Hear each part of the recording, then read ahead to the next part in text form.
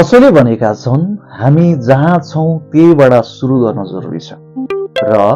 हामीसँग जे छ त्यही प्रयोग गर्न जरुरी छ र हामी अहिले के गर्न सक्छौँ ती कुराहरू नै गर्न जरुरी छ। किन भनेपछि हामी पर्फेक्सनलाई वेट गर्छौँ, राम्रो टाइम धेरै स्रोत साधनलाई हामी वेट गर्छौँ भनेपछि हामी अहिले के गर्न सक्दैनौँ। तर हामीले मुख्य कुरा के बुझ्नु जरुरी छ भनेपछि हामी अहिले जहाँ छौँ रियालिटी के छ ती कुराहरूलाई हेरेर र ती कुराहरू प्रयोग गरेर हामीसँग सानो स्रोत साधन होला, लिमिटेड नलेज होला, तर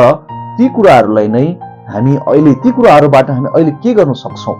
र ती कुराहरू नै गर्न जरुरी छ र यसले गर्दा हामी बिस्तारै बिस्तारै धेरै कुराहरू गर्न सक्छौँ र पछि गएर हामीसँग धेरै क्षेत्रहरू हुनेछन् काम गर्ने र धेरै स्रोत साधनहरू पनि हुनेछन्।